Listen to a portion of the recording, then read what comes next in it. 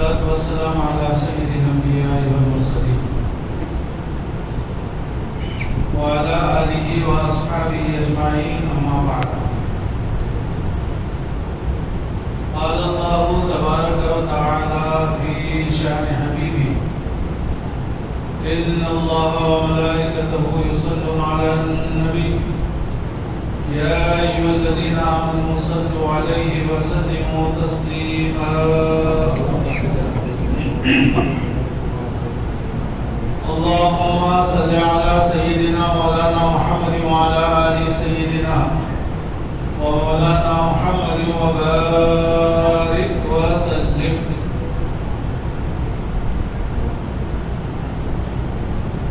معزز تالاش شب قدر کے لیے بیٹھے ہیں. ہمارا جلسہ تالاش شب قدر. یہ شب قدر کو تالاش کیوں کرتے ہیں، اس کی وجہ کیا ہے، اور ہمارے آقا حضور سرور کائنات صلی اللہ علیہ وسلم کا عمل کیا ہے، ضروری باتیں آپ کی خدمت میں عرض کر دیتا ہوں.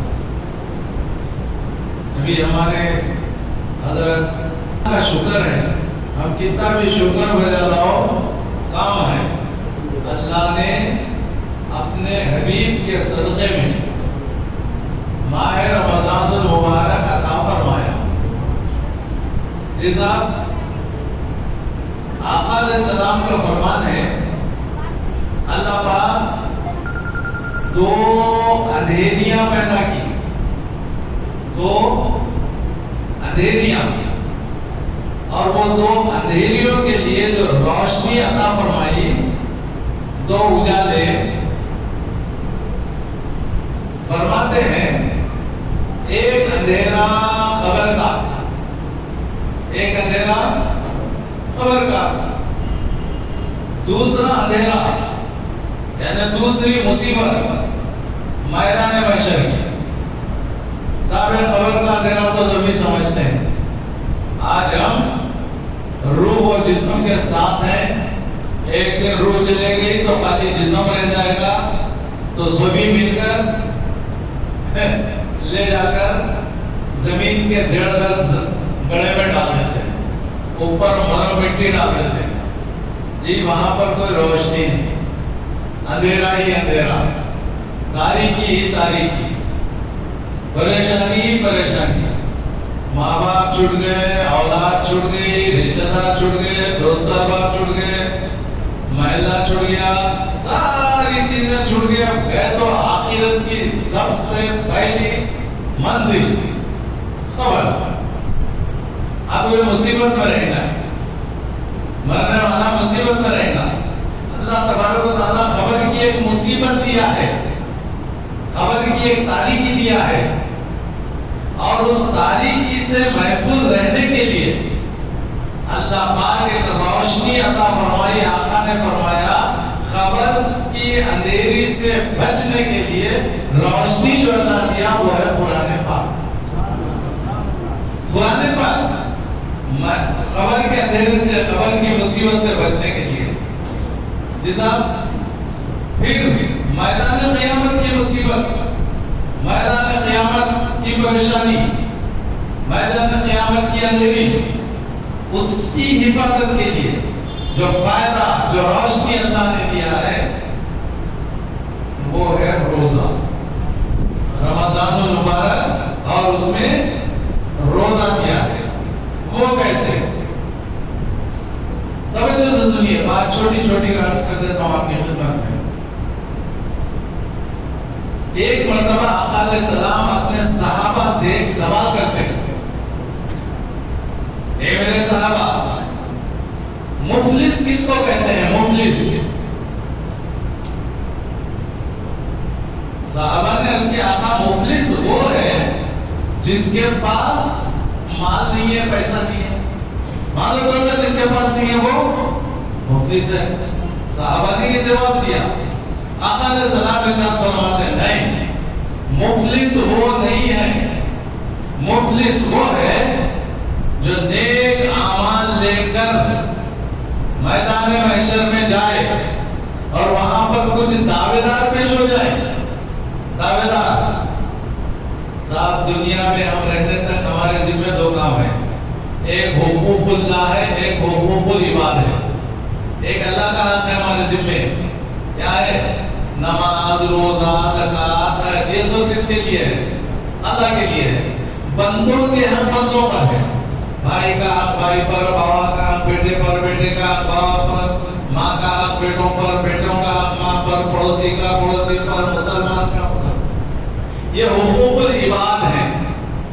دنیا میں رہتے ہوئے اگر ہم کسی کا حق ضائع کر دیے، دنیا میں رہتے ہوئے کسی کا حق ضائع کر دیے اور دنیا سے رخصت ہو گئے، تو جس کا حق ہم دنیا میں ضائع کر کے چلے گئے تو میدان محشر میں وہ آ جائیں گے، اللہ کی بارگاہ میں درخواست کریں گے، یا اللہ یہ مجھے میرا حق اس سے دلا دے جو دنیا میں میرا حق ضائع کر کے گیا.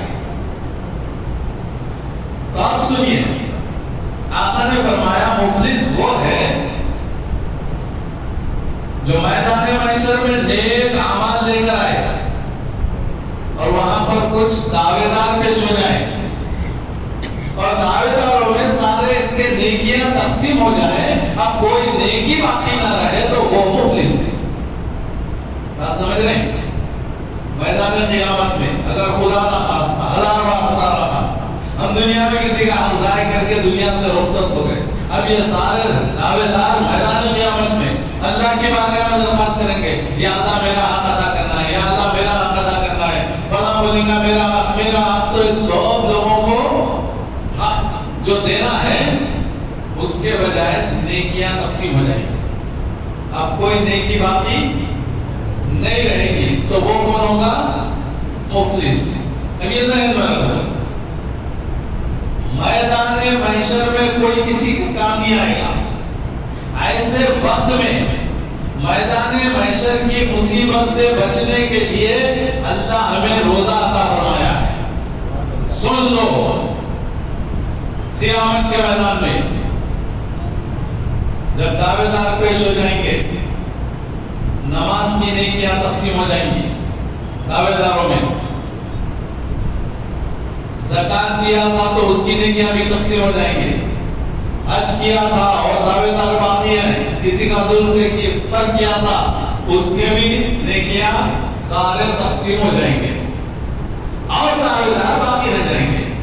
جب اور دعوے دار باقی رہ جائیں گے، اللہ کی بارگاہ میں عرض کریں گے، یا اللہ سارے نیکیاں تو تقسیم ہو گئے ہیں لیکن اس کا روزہ باقی رہ گیا ہے. روزہ باقی رہ گیا ہے. روزہ جب باقی رہ گیا ہے، دعوے دار کہیں گے، اللہ کی بارگاہ سے جواب ملے گا، الصوم لی، روزہ میرے لیے ہے، میں اس کے لیے کیا تقسیم نہیں کرتا. روزہ میرے لیے ہے، میں روزے کے لیے کیا نہیں دیتا. بڑی سبحان اللہ. سمجھ رہے؟ دنیا کے اندر کچھ حقوق ہم ضائع کر کے خدا نہ خواستہ کوئی گیا تو پورے نیکیاں تقسیم ہو جائیں گے. بچے گا کیا؟ روزہ بچے گا. اللہ پاک کیا فرمائیں گے؟ الصوم لی، روزہ میرے لیے ہے، میں روزے کی نیکیاں نہیں دوں گا. دعوے دار کہیں گے کم سے کم ہمارے گناہ تو ڈال دے اس کے اوپر. کون اس سے حق نہیں دلاتا ہے، اس کے نیکیاں ختم ہو گئے ہیں تو کم سے کم ہمارے گناہ اس ظالم کے اوپر ڈال دے. فرشتوں کو حکم ہوگا ٹھیک ہے اس کے گناہ اس کے اوپر ڈال دو. جب گناہ اس کے دعوے دار کے تو نکل جائیں گے لیکن اس کے اوپر جو روزہ باقی رہے گا، آقا فرماتے ہیں الصوم جنہ، روزہ ڈھال بن جائے گا، اس کے گناہ اس کے اوپر آنے نہیں دے گا. الصوم جنہ، روزہ ڈھال بن جائے گا اور وہ دعوے دار کے گناہ اس کے اوپر آنے. سبحان اللہ. میدان محشر کی مصیبت سے بچنے کے لیے اللہ ہمیں رمضان دیا ہے اور رمضان میں روزے کا حکم دیا ہے. اب جب بندہ روزہ رہتا ہے تو الحمدللہ الحمدللہ یہ روزہ میدان محشر کے مصیبت کے وقت میں کام آنے والا ہے۔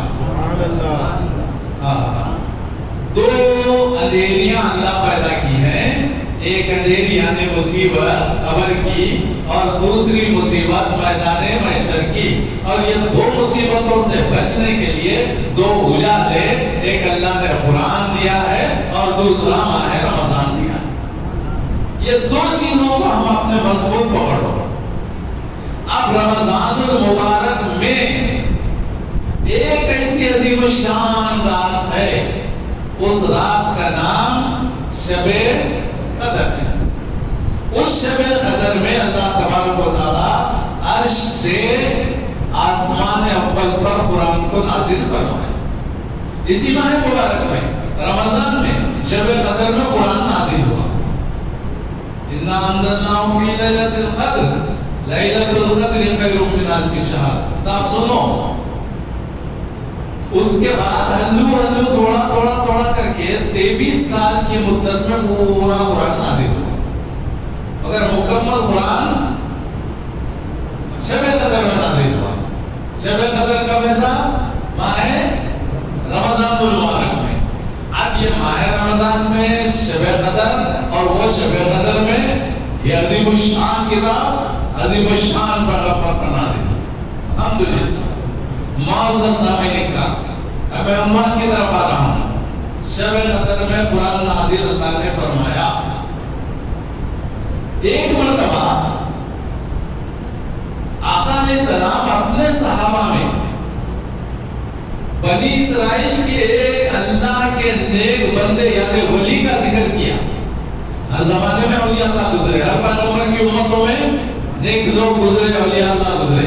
ایک ولی کا ذکر فرمایا آقا علیہ السلام نے اپنے صحابہ میں۔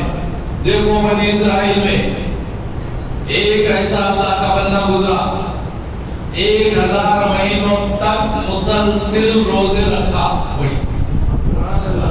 1000 مہینوں تک مسلسل بلا وقفہ 1000 مہینے روزے رکھا، اور حالت روزے میں جہاد کرتا رہا۔ ایسا جہاد کہ اس کے گھوڑے کی لگام سوکھتی نہیں ہے۔ حالت روزہ میں جہاد، 1000 مہینوں تک مسلسل روزہ، دن میں روزہ جہاد اور رات میں عبادت۔ یہ کس کا ذکر ہے؟ سرکار کے امت کے ولی کا ذکر نہیں ہے۔ بنی اسرائیل جو سرکار سے پہلے جو پیغمبر گزرے ہیں نا، ان پیغمبروں میں سے ایک پیغمبر کے ولی کا ذکر ہے۔ ہر زمانے میں اولیاء گزرے ہیں۔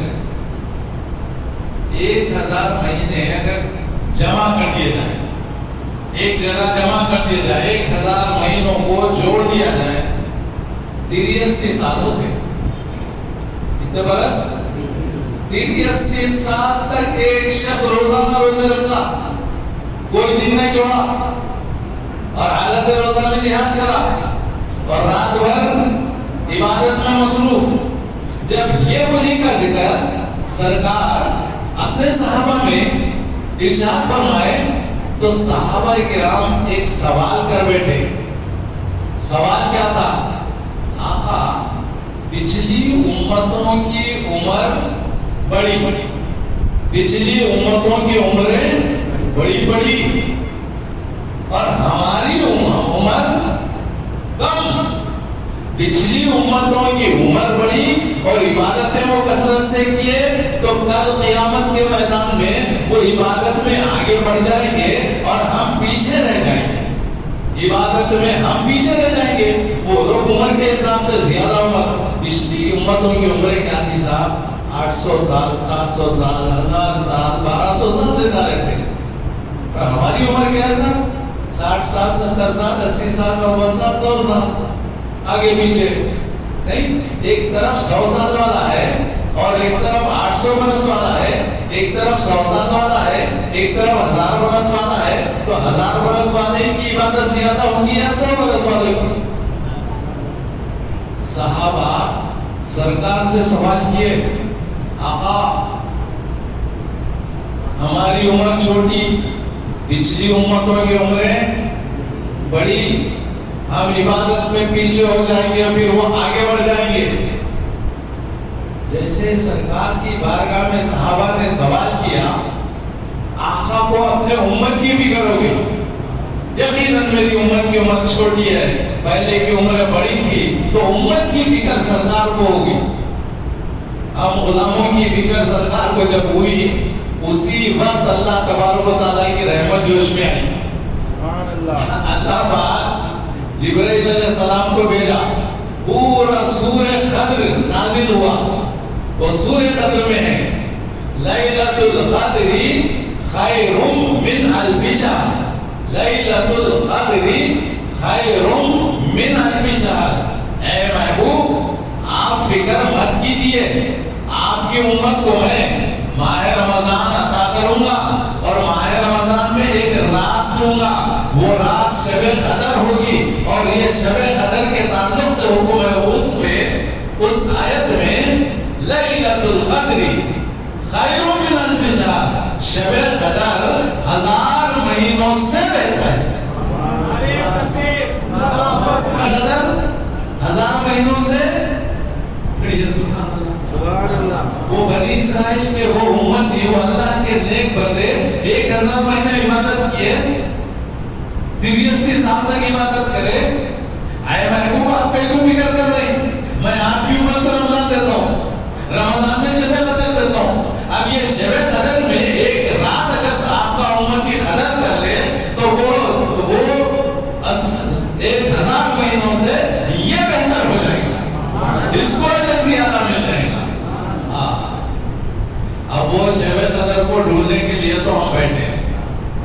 ہمیں کوئی 80 برس کے ہیں, کوئی 85 برس کے ہیں, کوئی 20 برس کے ہیں, کوئی 30 برس کے ہیں. بھائی اگر کوئی 80-85 سال کے ہمارے پاس موجود ہیں تو ان سے پوچھو کہ آپ پوری زندگی تم عبادت میں گزار دیے؟ نہیں گزارے. کاروبار میں گزارے, تعلیم میں گزارے, اور مصروفیات. کچھ وقت ملا تو عبادت کرے, کچھ وقت ملا تو عبادت کے لیے. پوری زندگی تو عبادت نہیں کرے نا. لیکن یاد رکھو وہ تو پوری زندگی مطلب 1000 مہینے مسلسل عبادت. پرانا بنی اسرائیل کا ولی 1000 مہینے مسلسل عبادت کیا, مسلسل بلا وقفہ. مگر ہم کچھ وقت, تو اس میں بھی پیچھے ہم ہیں. لیکن اس کے باوجود اللہ تبارک و تعالیٰ فرمایا لیلۃ القدر خیر من الف شہر, شب قدر 1000 مہینوں سے بہتر ہے, 1000 مہینوں سے بہتر ہے. آپ پڑھیے سبحان اللہ. چلو سرکار کی بارگاہ میں ایک مرتبہ محبت سے درود پاک کا نظرانہ پیش کیجیے. پڑھیے اللہم صلی علی سیدنا مولانا محمد وعلی آل سیدنا مولانا محمد وعلی وسلم. سرکار کے صدقے میں رمضان ملا, رمضان میں شب قدر ملی, اور شب قدر ہمارے کو 1000 مہینوں سے بڑھ کر بہتر ملی. اب یہ شب قدر کی تلاش کے لیے پوسٹر لگا ہوا ہے آپ کی مسجد پر, شب قدر کی تلاش کا جلسہ ہے. ٹھیک ہے, شب قدر اب کہیں کو تلاش کر رہے ہیں. اگر وہ رات مل گئی, وہ رات مل گئی, 80 برس سے زیادہ عبادت کا ثواب مل جاتا. 80 برس سے زیادہ ثواب ہم کو مل جاتا. الحمدللہ نماز عشاء سے فارغ ہوئے, نماز تراویح ادا کر لیے.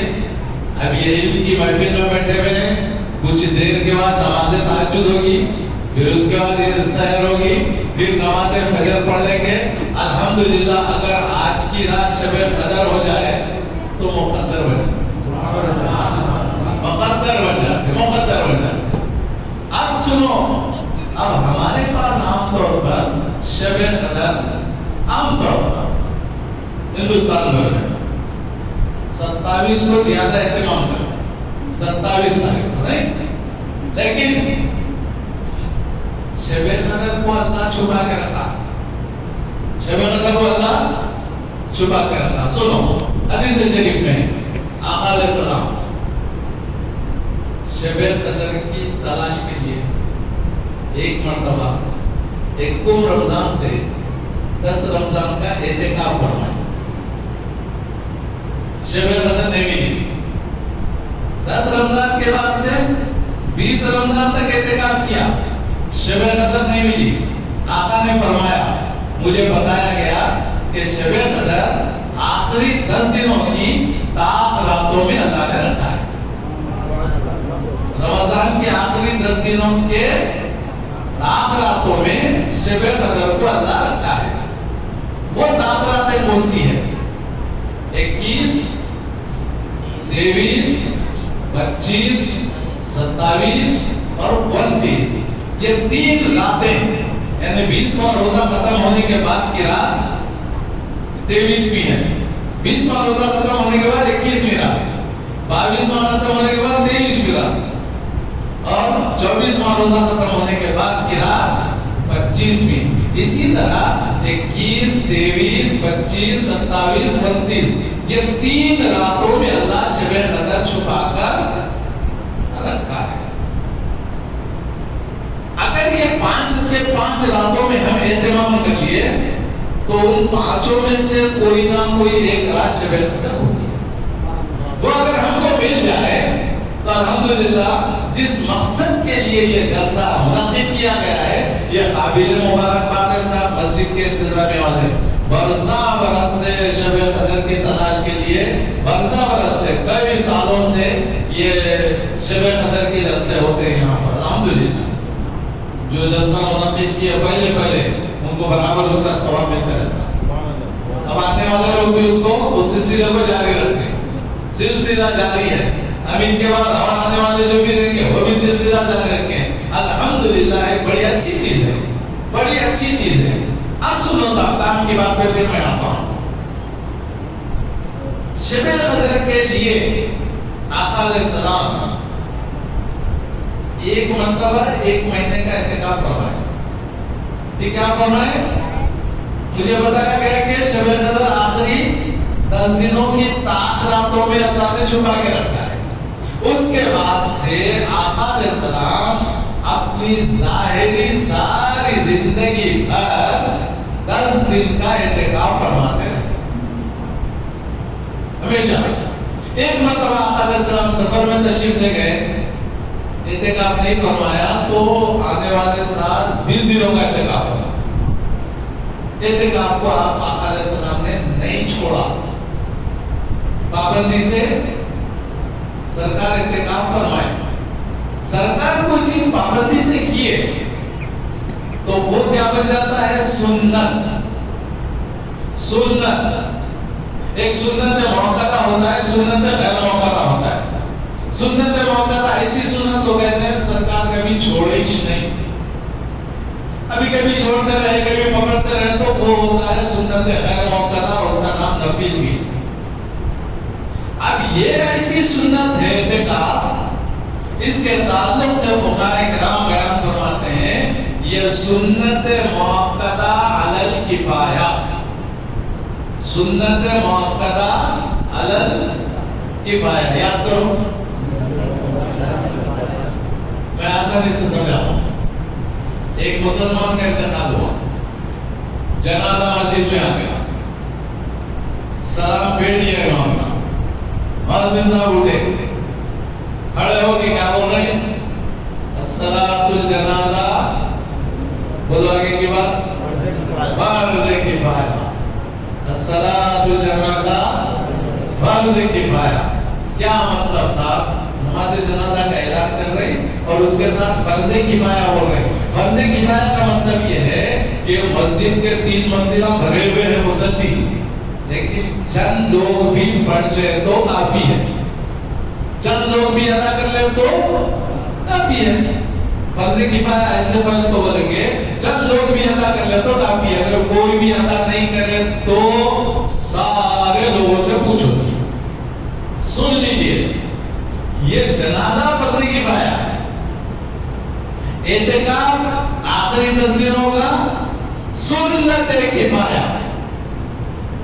10 دنوں کا اعتکاف رمضان کے آخری 10 دنوں کا یہ کیا ہے صاحب؟ سنت کفایہ. ایسی سنت ہے پوری بستی میں سے ایک مسلمان بھی یہ سرکار کی اس سنت پر عمل کر لے تو سارے لوگوں سے ثابت ہے. کوئی بھی اعتکاف نہ کرے تو پھر اللہ پوچھتا سرکار کی سنت پہ عمل کیوں نہیں کرے؟ سرکار کی سنت پہ عمل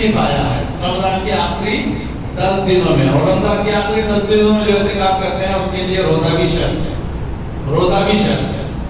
اب رہا ایک اعتکاف واجب ہوتا ہے، واجب اعتکاف وہ کیا ہوتا ہے؟ واجب اعتکاف نظر پر ہوتا ہے، نظر بولے تو منت، کوئی یہ نظر کیا، یہ منت مانگا کہ یہ میرا کام ہو جائے تو میں اعتکاف کروں گا، میرا کام بن جائے تو، ارے بھائی یہ بچہ پڑھ رہا ہے، یہ بچہ کہتے کہ یا اللہ میں پڑھتے پڑھتے پڑھتے میں ڈگری تک پہنچ جاؤں گا، میری ڈگری حاصل ہو جائے تو میں اعتکاف کروں گا، بڑی سبحان اللہ۔ کوئی شخص یہ کہتے کہ یا اللہ میری بیٹی کا اچھا رشتہ طے ہو جائے اور میں اس کی شادی کر دوں تو میں اعتکاف کروں گا، سمجھ رہے ہیں؟ یا اللہ میرا بیٹا حافظ قرآن بن جائے میں اعتکاف کروں گا، یہ نظر ہے، یہ منت ہے جی۔ اب یہ منت ہماری مراد پوری ہو گئی تو ہم پر اعتکاف واجب ہو جاتا ہے جی، نظر پر واجب ہوتا ہے۔ اب نظر یا منت بولے تو عام طور پر کیا ہوتا ہے، دماغوں میں بات آتی ہے یہ نظر کیا ہے، یہ منت کیا ہے، منت مانگنا نہیں مانگنا نہیں۔ سنو ہم چلے مولا کائنات حضرت سیدنا علی مرتضیٰ رضی اللہ تعالیٰ عنہ کی بارگاہ میں۔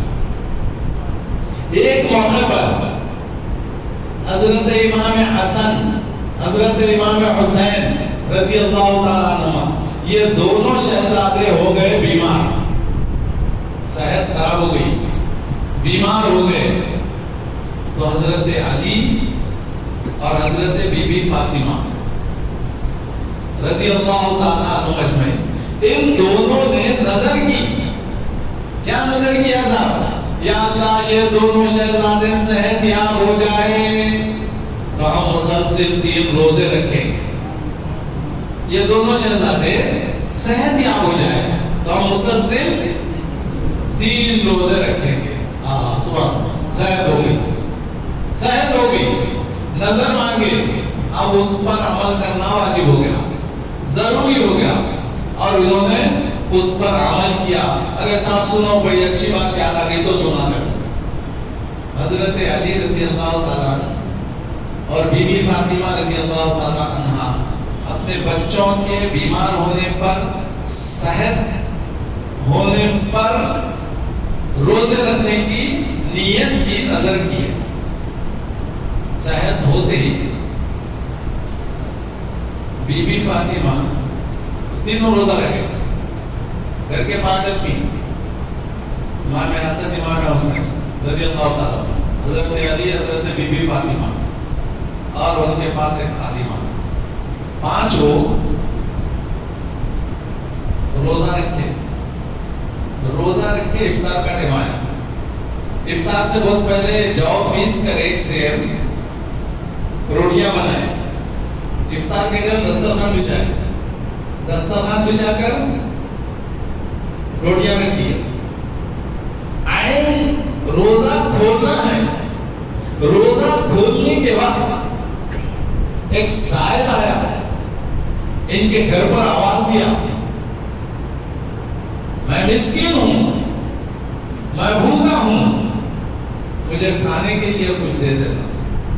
تو یہ خود روزہ ہے، پانی پی کر روزہ ہے، اب افطار کر کے کھانا ہے، اپنی بھوک اور پیاس اپنے روزے کا خیال کیے بغیر پوری جتنی روٹیاں بنی تھی پوری کی پوری خیرات کر۔ نیت کیا تھی؟ مسلسل 3 دن روزے رکھنا۔ ایک روزہ گزر گیا، پانی پی کر روزہ کھول دیے، بقا ہوا کھانا پورا تقسیم ہو گیا، مسکین کو دے دیے۔ اب دوسرے دن مسلسل روزہ رکھنا ہے، دوسرے دن روزے کی نیت کر لیے۔ دوسرے دن کا معاملہ بھی ایسی ہوا، ایک سیر جو پیس کر بی بی فاطمہ رضی اللہ تعالیٰ عنہ روٹیاں بنائی، دسترخوان پر رکھی، افطار کا اینڈ ٹائم ہے، روزہ کھولنے کا وقت ہے، ایک سائل آیا مانگنے والا، میں یتیم ہوں، میں یتیم ہوں، میں بھوکا مجھے کھانے کے لیے کچھ دے دینا. یہ اپنے روزے کا خیال نہیں رکھے, پہلے دن کی طرح دوسرے دن بھی 5 روٹیاں اٹھا کر تقسیم کر. سبحان اللہ. ایک دن مسکین کو کھلا دیا, دوسرے دن یتیم کو کھلا دیا. مسلسل 3 دن روزے رکھنا ہے. تیسرا دن آیا تو پھر سحری کی نیت کر, روزے کی نیت کر لیے, پانی پی کر روزہ رکھ لیے. تیسرا دن پھر افطار کا آیا, پہلے کی طرح دسترخوان بچھایا گیا. اب یہ افطار کا ٹائم ہے, کھانا ہے. 2 دن سے کوئی کھائے پیے نہیں ہے, روزہ چل رہا 2 دن مسلسل بغیر کھائے پیے کے, اللہ اللہ. تیسرا دن آیا, آواز آئی اے افطار کے ٹائم, میں قیدی ہوں, قید سے چھوٹ کے آیا ہوں, میں بھوکا ہوں, مجھے کھانے کے لیے کچھ دیجیے. پہلے کی طرح 5 روٹیاں اٹھائے اور وہ قیدی کو دے دیا. آقا نے سلام تشریف لائے, دیکھا اندر ہو گئے, پیٹ سے لگ گیا, حالت غیر ہو گئی. 3 دن کھائے پیے نہیں, 3 دن کھائے پیے نہیں. حالت کو دیکھیں سرکار, یہ حالت. ایسے میں اللہ پاک سیدنا جبرائیل امین علیہ السلام کو بھیج کر ان کی شان میں ایک آیت کریمہ بھیجا. وَيُطْعِمُونَ الطَّعَامَ عَلَىٰ حُبِّهِ مِسْكِينًا وَيَتِيمًا وَأَسِيرًا. اللہ تبارک و تعالیٰ ان لوگوں سے محبت کرتا ہے جو مسکینوں, یتیموں اور قیدیوں کو کھانا کھلاتے ہیں. سبحان اللہ. یہ اہل بیت کرام کی شان میں آیت کریمہ نازل ہو گئی. جبرائیل تشریف لائے, خوشخبری سنائی. اللہ ان سے محبت کرتا ہے جو یتیموں, مسکینوں, یتیموں اور قیدیوں کو کھانا کھلاتے ہیں. بڑی سبحان اللہ. ارے اللہ تو امتحان لے رہا تھا, اللہ امتحان لے رہا تھا. فرشتوں کو بھیج رہا تھا مختلف شکلوں میں. اب میرے کہنے کا, یہاں پر کہنے کا مقصد یہ ہے کہ نظر جو کرتے ہیں نا, منت جو مانگتے ہیں نا بھائی, منت جو مانگتے ہیں جب اس پر وہ پوری ہو جاتی ہے تو اس پر واجب ہو جاتا ہے. روزے کی نظر کرے تو روزے رہنا ہے, اعتکاف کی نظر کرے تو اعتکاف رہنا ہے. ایک اعتکاف سنت کفایہ ہوا, دوسرا اعتکاف واجب ہوا جو لوگ اپنے اوپر لازم کر لیتے ہیں نظر کے ذریعے سے. اب ایک اعتکاف اور باقی رہ گیا, وہ کون سا اعتکاف ہے؟ نفل اعتکاف. نفل اعتکاف کے لیے کوئی وقت کی قید نہیں ہے, وقت مقرر نہیں ہے اس میں. جتنی دیر مسجد میں ہے اتنی ہی دیر کا اعتکاف کی نیت کر لو, یہ اعتکاف نفل ہو جائے. جتنی دیر مسجد میں آئے. اب معتکفین تو 10, 12, 15, 20 ہوں گے یہاں پر, یہ سب کے سب اعتکاف نہیں کیے. میں لیکن جب عشاء کی نماز میں آپ داخل ہوئے تھے, داخل ہوتے وقت نیت کر لینا تھا کہ میں جتنی دیر مسجد میں رہوں گا اتنا ہی اعتکاف, جتنی دیر مسجد میں رہوں گا اتنا ہی اعتکاف. نیت کر لینا, ارادہ کر لینا. اس کے لیے روایت اور سنت اعتکاف. ہر مسجد میں تختی لگی ہوئی رہتی ہے جی, یہاں پر بھی ہوں گی تو پڑھ لو. جب ہم مسجد میں داخل ہو کر دعا کر رہے ہیں اللہم افتح لی ابواب رحمتک بول کے ہمارا پیر مسجد میں داخل کر, یا اللہ ہمارے لیے تو اپنی رحمتوں کے دروازے کھول دے, اے اللہ تو ہمارے لیے رحمتوں کے دروازے کھول دے بول کے اللہ کے گھر کے دروازے میں داخل ہو. اسی طرح نوائت اور سنت الاعتکاف. اب میں بتاتا ہوں اس کا فائدہ آپ کو. نفل اعتکاف کی نیت کر کے ہم مسجد میں آئے گئے کو نماز پڑھنے, جمعہ پڑھنے, فجر پڑھنے, ظہر, عصر, مغرب, عشاء پڑھنے کے لیے, یا نماز تراویح کے لیے آئے. جتنی دیر یا اللہ میں مسجد میں رہوں گا اتنا ہی اعتکاف. اب جتنی دیر ہم اعتکاف کے اندر رہیں گے, مسجد کے اندر رہیں گے, نماز کے علاوہ اعتکاف کا بھی ثواب مل جائے گا. 2 فائدے ہو جائیں گے. آئے تو نماز کے لیے فائدے کتنے؟ تو دیکھو نیتوں پہ حسابدار ہوگا. نیت اچھی رہے گی اجر و ثواب زیادہ ملے گا. آپ کو میں مثال دوں, میں ہمیشہ عرض کرتا ہوں, دیکھو یہ روشن دانی ہے, کوئی اپنا گھر بنایا, بلڈنگ بنایا, اس کو کھڑکی لگاتے ہیں, کھڑکی لگاتے ہیں نا, کہہ کے لیے لگاتے ہیں, روشنی کے لیے اور ہوا کے لیے. سنو, توجہ سے سنو. ایک صاحب سے پوچھے بھائی آپ کھڑکی کیوں لگائے؟ صاحب نے کہا کہ میں روشنی کے لیے لگایا. ٹھیک ہے, ٹھیک ہے, روشنی آ گئی. آپ سے پوچھے آپ کھڑکی کے لیے لگائے اپنی بلڈنگ کو؟ میں ہوا کے لیے لگایا, ہوا آ رہی, روشنی آ رہی. آپ سے پوچھے کھڑکی کے لیے لگائے؟ میں اذان سننے کے واسطے, میں اذان سننے کے لیے لگا ہوں, میں مسجد کا بیان سننے کے لیے لگا ہوں, میں مسجد سے جو آواز آتی ہے قرات کی وہ سننے کے لیے لگا ہوں. سن لو, کھڑکی تو ایک ہی ہے, مقصد الگ الگ ہے, ہر ایک کا مقصد الگ ہے. ان کا مقصد ہے ہوا کا, ان کا مقصد ہے روشنی آنا, ان کا مقصد ہے اللہ کے گھر کی آواز گھر میں آنا. پڑھیے سبحان اللہ. جو ہوا کے مقصد کے لیے لگایا تو اس کو کتنا فائدہ ہو رہا؟ ہوا ہے. روشنی کے لیے لگایا اور ہوا کے لیے لگایا تو اس کو کتنے فائدے ہو رہے؟ ہوا اور روشنی. ایک صاحب صرف اذان سننے کے لیے لگائے, اذان کی آواز کے لیے لگائے, ان کو کتنے فائدے ہو رہے؟ اذان کی آواز آ رہی, ثواب کا ثواب مل رہا, ہوا بھی آ رہی, روشنی بھی آ رہی. سبحان اللہ. کتنے فائدے ہو گئے صاحب؟ سبحان اللہ. پھر بولیے سبحان اللہ.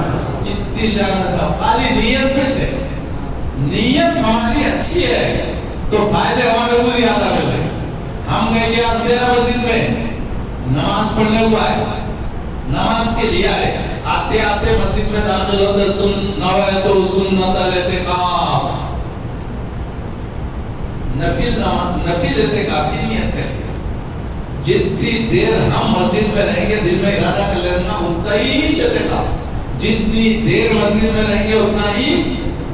اب سنیے صاحب, حدیث شریف میں ہے آقا علیہ السلام نے ارشاد فرمایا اگر کوئی امتی مغرب سے لے کر عشاء تک اعتکاف کیا, مغرب سے لے کر عشاء تک اعتکاف کیا, نوافل اور قرآن کریم کی تلاوت کے علاوہ کوئی کام نہیں کیا, اتنا اعتکاف مغرب سے عشاء تک, اس میں کیا کام کیا؟ نوافل فرض تو پڑھ لیا, پھر عشاء بھی پڑھ لے گا, بیچ میں کیا کیا؟ نوافل اور قرآن کی تلاوت. سرکار عالم صلی اللہ علیہ وسلم کا فرمان ہے جس نے مغرب سے عشاء تک اعتکاف کیا, قرآن مجید کی تلاوت اور نوافل کے علاوہ دوسرا کوئی کام نہیں کیا تو اس پر, اس کے لیے اللہ پر لازم ہو جاتا ہے کہ جنت میں محل بنا دے. سبحان اللہ. مغرب سے عشاء تک اعتکاف کیے اور اس میں نوافل اور قرآن کے علاوہ کوئی کام, تلاوت قرآن کے علاوہ کوئی کام نہیں کیے تو اس کے لیے اللہ پر آقا نے فرمایا یہ لازم ہوتا ہے کہ اس کے لیے جنت میں گھر بنا دے. سبحان اللہ. اللہ پھر پڑھو سبحان اللہ. سبحان اللہ. سبحان اللہ. کتنی دیر ہے مغرب سے جا کے بیچ میں کا ٹائم؟ 1.5 گھنٹہ. مغرب پڑھ کے بیٹھ گئے بھائی عشاء کے انتظار میں, اعتکاف کی نیت سے بیٹھ گئے, عشاء کی نماز تک بیچ میں کتنا ٹائم ہے؟ 1.25 گھنٹہ 1.5 گھنٹہ, اتنا ٹائم ہے نا. اب یہ 1.5-2 گھنٹے بیٹھے ہیں تو اس کے لیے یہ فائدہ ہے کہ مغرب سے عشاء تک اعتکاف کرنے والے کے حق میں اللہ تبارک و تعالی جنت میں گھر بنا دیتا ہے. آئے تو نماز کے لیے لیکن نیت کے لیے اعتکاف کی, نماز کا ثواب بھی مل گیا, اعتکاف کا بھی ثواب مل گیا. خوش قسمت ہے معتکفین. فرشتوں کو مقرر کر دیا ہے ہمارے عمل لکھ رہے. اب یہ ٹائم اگر کوئی عمل فرشتہ ہمارا لکھ رہا ہے تو بولے گا یا اللہ تیرا بندہ ایک ہی وقت میں 3 کام کر رہا ہے. ایک ہی وقت میں کتنے کام کر رہا؟ نماز پڑھ رہا، عادت روزہ میں بھی ہے اور اعتکاف میں بھی. اللہ لکھے گا یا اللہ تیرا بندہ تو روزے کی حالت میں ہے، پھر نمازیں بھی پڑھ رہا ہے، فجر ظہر عصر مغرب عشاء، پھر عادت اعتکاف میں بھی ہے، ایک ہی وقت میں تین عبادتیں کر رہا ہے. سبحان اللہ، ایک ہی وقت میں کتنی عبادتیں ہو رہی ہے. تو یہ اعتکاف کرنے والے کی فضیلت ہے. پھر آقا علیہ السلام نے ارشاد فرمایا اعتکاف کرنے والے کو وہ ثواب ملتا ہے جو یہ نہیں کرنے کے باوجود بھی مل جاتا ہے. ایسا اس کے حق میں اجر ملتا ہے، جو یہ نہیں بھی کرتا ہے تو اس کو ثواب مل جاتا ہے. کیا مطلب؟ کسی مسلمان کی عیادت کیا کرتا تھا، اعتکاف کی وجہ سے عیادت نہیں کر سک رہا ہے تو عیادت کرنے کا ثواب بھی اس کو مل جاتا. کسی مسلمان کا انتقال ہو گیا، یہ اعتکاف کی وجہ سے مسجد کے باہر نہیں نکل رہا ہے، اگر اعتکاف نہیں کرتا تو یہ مسجد کے باہر جاتا تھا، وہ جنازے میں شریک ہوتا تھا، تو اس کا ثواب اعتکاف میں رہنے کے باوجود بھی ملتے جا رہا. کسی کے ساتھ بھلائی کرتا تھا، اب اعتکاف کی وجہ سے وہ کام نہیں کر رہا ہے، وہ کام سے رکا ہوا ہے، تو اس کے باوجود بھی اس کا ثواب اس کو بہت بڑا کرم ہے. معتکفین پر ارے اعتکاف کرنے والا تو اللہ کی بارگاہ میں آ گیا، ساری چیزوں کو چھوڑ دیا، بچوں کو، بیوی کو، کاروبار کو، سب چیزیں چھوڑ کے خالص اللہ کے گھر میں آ کے بیٹھ گئے. اللہ کے گھر میں آ کے اسی کی عبادت میں مصروف ہو کر دوسرا کام نہیں کر رہے. جو مانگے گا اللہ کرے گا، جو مانگے گا اللہ اس کو سرفراز کرے گا. معتکفین جتنے بھی ہم ان سے درخواست کرتے ہیں کہ جب آپ اپنے لیے دعا کرتے ہیں تو ہم سب کے لیے بھی آپ دعا میں ہم کو شریک کریے. جی اللہ کی شان ہے. معزز سامعین کرام، یہ ایسی عظیم الشان عبادت ہے جو ہم شب قدر کی تلاش کے جلسے میں موجود ہے. وہ اسی وجہ سے ہے کہ شب قدر اللہ تبارک و تعالیٰ بڑی متبرک رات رکھتا ہے. اس رات میں فرشتوں کو اللہ نازل کرتا ہے. ہر اس جگہ جاتے ہیں جہاں پر اللہ کے بندے عبادت میں مصروف رہتے ہیں تو ان کے لیے سلامتی کی دعا کرتے ہیں، مصافحہ کرتے ہیں. یہ بڑی متبرک رات ہے. مگر یہ شب قدر پھرتے رہتی، کبھی 21 کو آئی، کبھی 23 کو آئی، کبھی 25 کو، کبھی 27 کو، کبھی 29 کو. یہ پھرتے رہتی ہے. عام طور پر جو ہم لوگ 27 تاریخ کو اہتمام کرتے ہیں، اسی رات میں ہم کو شب قدر مل جائے تو الحمدللہ. معزز سامعین کرام، اب یہ ماہ مبارک اور ہم سے رخصت ہو رہا ہے. اب رخصت ہو رہا ہے. رخصت ہونے سے پہلے یہ آخری رات تو ہمارے لیے آ گیا الحمدللہ. یہ آخری رات دوزخ سے چھٹکارے کا ہے. سبحان اللہ. آخری 10 دن یہ دوزخ سے نجات کے دہے میں ہم پہنچ گئے. زندگی تو کیسے بھی گزر گئی.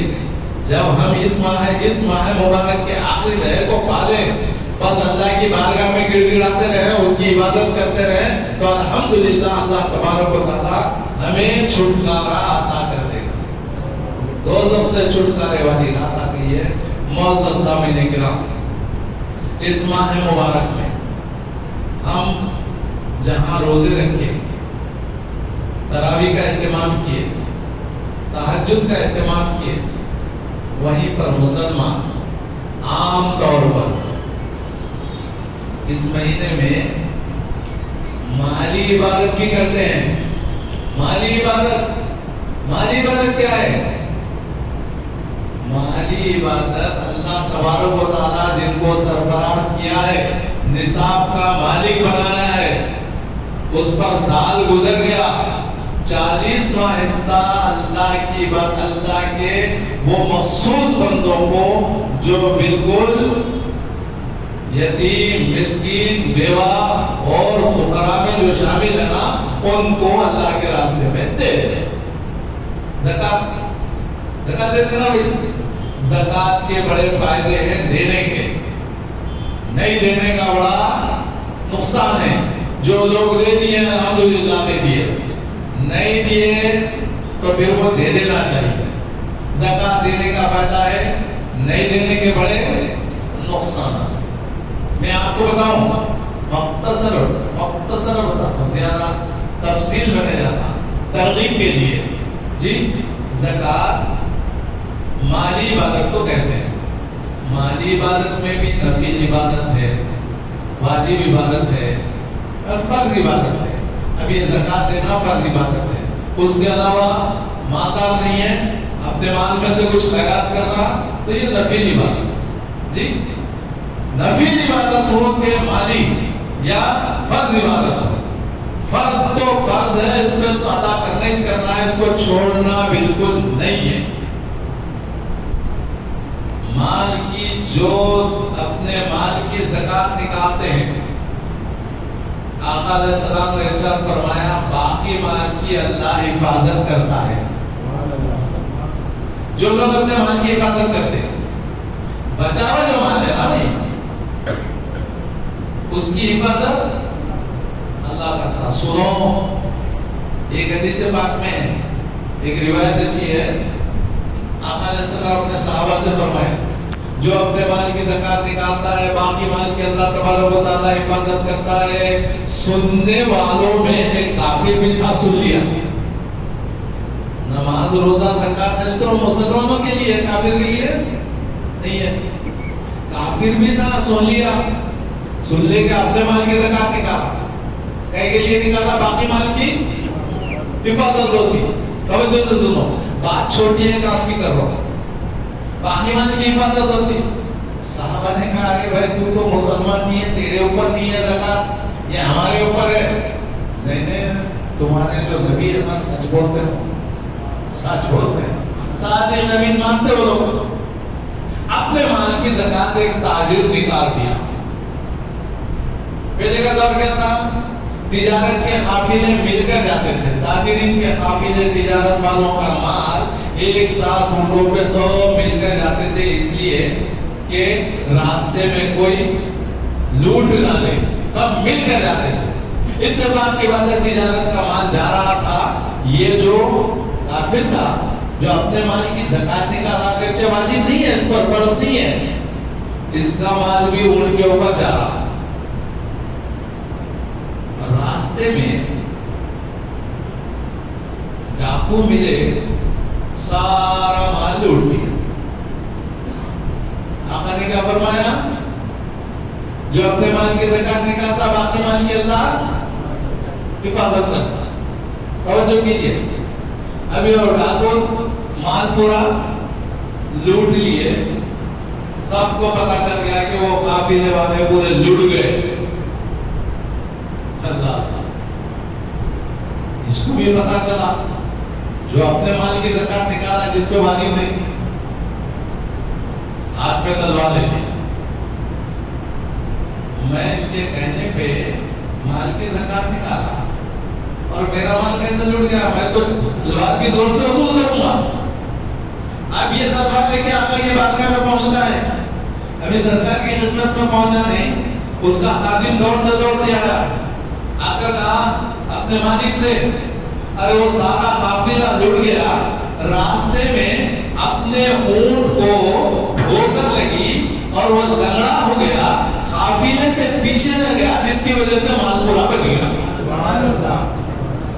ہمارے اونٹ کو ٹھوکر لگی، زخمی ہوا اور وہ قافلے سے پیچھے رہ گیا، وہ قافلہ جو آگے بڑھ گیا لٹ گیا اور ہمارا مال بچ گیا۔ تلوار لے کے کر گیا تھا، تلوار کے ذریعے سے مال وصول کروں گا سرکار کی خدمت سے۔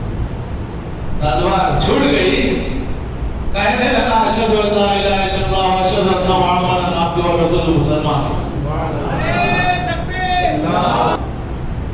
جس پر واجب نہیں ہے وہ نکالا یقین کے ساتھ اور اس کا مال پورا بالکل محفوظ رہے گا.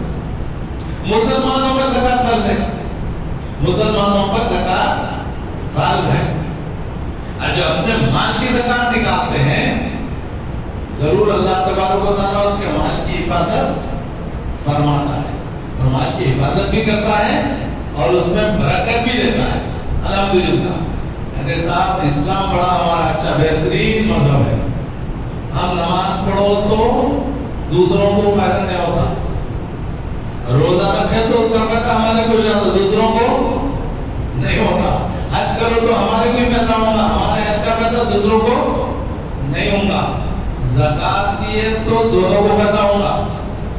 زکات تو دینے والے کو بھی فائدہ ہے, لینے والے کو بھی فائدہ. پڑھیے دونوں کو فائدہ ہے, دینے والے کو بھی فائدہ ہے اور لینے والے کو بھی فائدہ ہے. جی صاحب کتنا اچھا بہترین مذہب ہے. اللہ پاک ایسا نظام قائم کر دیا زکات کا, اگر مالدار لوگ جن کو اللہ سرفراز کیا ہے اپنے مال کی زکات اگر نکال کر دے دیں تو کوئی غریب نہیں رہتا, غریب نہیں رہنا. حساب کتاب کر کے دے دو, الحمدللہ ہر شخص کو شامل ہوگا. اللہ کا اتنا بڑا کرم ہے. جو لوگ مال کی زکات نہیں نکالتے, ارے بھائی کرسی ہے جیسا, جو اپنے مال کی زکات نکالتے ہیں باقی مال کی اللہ حفاظت کرتا ہے. جو اپنے مال کی زکات نہیں نکالتے وہی مال آگ بنا دیا جاتا ہے پیشانی پر, سینے پر, پیٹھوں پر داغا جاتا ہے. اس کی ایک مثال میں آپ کو دوں. حضرت سیدنا موسیٰ کلیم اللہ علیہ الصلوۃ والتسلیم سے اللہ نے ایک سوال کیا, اے موسیٰ علیہ السلام تمہارے ہاتھ میں کیا ہے؟ حضرت موسیٰ علیہ السلام کے ہاتھ میں ہمیشہ ڈنڈا رہتا, عصا. یا اللہ میرے ہاتھ میں عصا ہے, میں یہ عصے کو ٹیک کر چلتا ہوں. یا اللہ میرے ہاتھ میں جو عصا ہے یہ میرا عصا ہے, میں اس سے بکریوں کو ہانکتا ہوں. یا اللہ یہ میرا عصا ہے, میں اس سے پتے جڑاتا ہوں. میرا عصا ہے, میرا عصا ہے, میرا میرا میرا میرا. یہ ذہن میں رکھ لو. کیا فرمایا؟ یہ میرا عصا ہے, میں ٹیک کر چلتا ہوں. یہ میرا عصا ہے, میں اس کو اپنے بکریوں کو ہانکتا ہوں. یہ میرا عصا ہے اور میں اس سے پتوں کو میرا میرا میرا میرا بولے. ٹھیک ہے. اے موسیٰ وہ عصا زمین پر ڈال دو. حضرت موسیٰ علیہ السلام عصا زمین پر ڈال دیا, اژدہا بن گیا, سانپ بن گیا, سانپ بن کے آگے بڑھا. موسیٰ علیہ السلام, انسان کی فطرت ہے, اژدہا سانپ دے گا تو فطرت ہے انسانی, پیچھے پیچھے پیچھے. اے موسیٰ جو تم میرا عصا میرا عصا میرا عصا بول رہے تھے نا, یہ ان لوگوں کی مثال ایسی ہے جو میرا مال, میرا سونا, میری چاندی, میرا روپیہ, میرا پیسہ, میرا میرا میرا کہتے ہیں اور اس مال کی زکات نہیں نکالتے ہیں تو یہ وہی مال یہ سانپ بن جائے گا اور ان مال یعنی زکات کو, زکات نہیں دینے والوں کو ڈسے گا. اللہ اللہ. بات سمجھ میں آ رہی؟ جی صاحب زکات دو تو فائدہ ہی فائدہ ہے, نہ دے تو نقصان ہی نقصان ہے. بس ایک چھوٹا فائدہ میں بیان کر کے اپنی باتوں کو تمام کرتا ہوں. چلیں حضرت داؤد علیہ السلام کی بارگاہ میں. جلیل القدر پیغمبر ہے اور پیغمبروں کا نے اکثر فرشتے ملاقات کے لیے آیا جایا کرتے ہیں. داؤد علیہ السلام تشریف فرما ہے, ان کی امت کے لوگ آ رہے ہیں, مل رہے جا رہے ہیں, آ رہے ہیں, مل رہے جا رہے ہیں. اتفاق سے جو فرشتہ ملنے کے لیے آیا تھا وہ فرشتہ ہے ملک الموت, روح قبض کرنے والا فرشتہ. وہ فرشتہ آ کر بیٹھا ہے. ایک نوجوان آیا, ملاقات کر کے جا رہا. ملک الموت داؤد علیہ السلام کو بول رہے ہیں یہ جو نوجوان جا رہا نا اس کی زندگی کے 6 دن باقی رہے, اس کی زندگی کے 6 دن باقی رہ گئے ہیں. داؤد علیہ السلام کو بڑا افسوس ہوا, ارے ابھی شادی ہوئی ہے, نوشا ہے, اب یہ دنیا سے رخصت ہو جائے گا. ملک الموت تو جھوٹ نہیں بولتے, ان کے ہاتھ میں تو رجسٹر رکھا ہوا ہے کس کی روح کا قبض کر. بڑے افسوس ہوا 6 دن کے بعد بھی وہ نوجوان زندہ ہے. سبحان اللہ. سبحان اللہ. 6 دن کے بعد تو روح قبض ہونے والی تھی نا، مگر اس کے باوجود زندہ ہے. اب حضرت داؤد علیہ السلام انتظار میں ہے ملک الموت کے کہ بھائی 6 دن کے بعد روح قبض کرنے والے تھے، روح قبض کیوں نہیں کیے؟ انتظار میں پوچھنے کے لیے. 6 مہینے کے بعد دوبارہ ملاقات ہوا ہے. اے ملک الموت، آپ نے کہا تھا وہ نوجوان کی 6 دن کے بعد روح قبض کرنے والا ہوں، لیکن وہ ابھی تک زندہ ہے، اس کی وجہ کیا ہے؟ کہا خدا کی قسم وقت مکرمہ پر میں گیا، روح قبض کرنے کے لیے گیا تو اللہ تبارک و تعالیٰ کا دوبارہ حکم آیا. اللہ کا حکم دوبارہ آیا، خبردار ملک الموت اس کی روح قبض نہیں کرنا، اس لیے کہ وہ اپنے مال کی زکات نکالا اور مستحق کو دیا. لینے والے نے کہا یا اللہ اس کی عمر دراز کر دے. اے ملک الموت خبردار اس کی روح قبض نہیں کرنا، اس لیے اپنے مال کی زکات نکالا، مستحق کو دیا. لینے والے نے کہا یا اللہ اس کی عمر دراز کر دے، تو میں نے اس کی عمر دراز کر دی. بڑی سبحان اللہ. صاحب زکات نکالنے کا فائدہ تو اور مستحق کو ڈھونڈ کے دیکھنا، ڈھونڈ کے دینا، ڈھونڈ کے دینا. بعض وقت ایسا ہوتا چچا مالدار بھتیجا غریب، چچا غریب بھتیجا مالدار، ماموں مالدار بھانجا غریب، بہن غریب، بھائی مالدار. گھر کے اندر، خاندان کے اندر، اپنے ہی رشتہ داروں میں بہت سارے مستحق رہتے، زبان کھولتے نہیں. لذا ڈھونڈ کے دو. اللہ تعالیٰ کو جینا، پہلے حقوق العباد کو جینا نہیں، ڈھونڈ کے دینا. بعض وقت ہمیں کیا ہوتا، چچا بھتیجے کا اختلاف رہتا. چچا غریب ہے، بھتیجا بولتا نہیں ان کے اپنے حالات اچھے نہیں دیتا ہوں. نہیں، اللہ خوش ہوتا ہے جو سب سے قریب والا ہے، مستحق ہے، اس کو دو تو اللہ خوش ہوتا ہے. یہ تقسیم کرنے میں یہ نفس کو استعمال نہیں کرنا چاہیے. یہ صاحب اب زیادہ عرض کرنا نہیں ہے، سب خدا کہے. اللہ سے دعا کرتا ہوں کہ اللہ ہم نے جو کچھ سنا اور سنایا ہے اس پر ہمیں عمل کرنے کی توفیق عطا فرما. مولا ہمارے گناہوں کو معاف فرما، خطاؤں کو درگزر فرما. الہ العالمین جو بیمار ہیں ان کو صحت عطا فرما، جو مفروض ہیں مولا ان کی غیب سے مدد فرما، قرض سے نجات عطا فرما. یا اللہ جو دنیا سے رخصت ہو گئے ہیں مولا ان سب کی مغفرت فرما دے. سارے مسلمان جو دنیا سے رخصت ہو گئے ان کی خبروں کو نور سے بھر دے.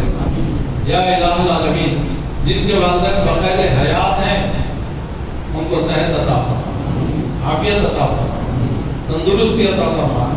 یا اللہ رخصت ہونے والوں میں اس مسجد کے سابقہ انتظامی کمیٹی کے صدر صاحب، معتمد صاحب جو دنیا سے رخصت ہو گئے ان کی مغفرت فرما، ان کے درجے بلند فرما دے. یا اللہ جو خدمت کر رہے ہیں مولا ان کے خدمت علی خیر خلقی محمد وعلی آلہ واصحابہ اجمعین والحمد للہ رب العالمین.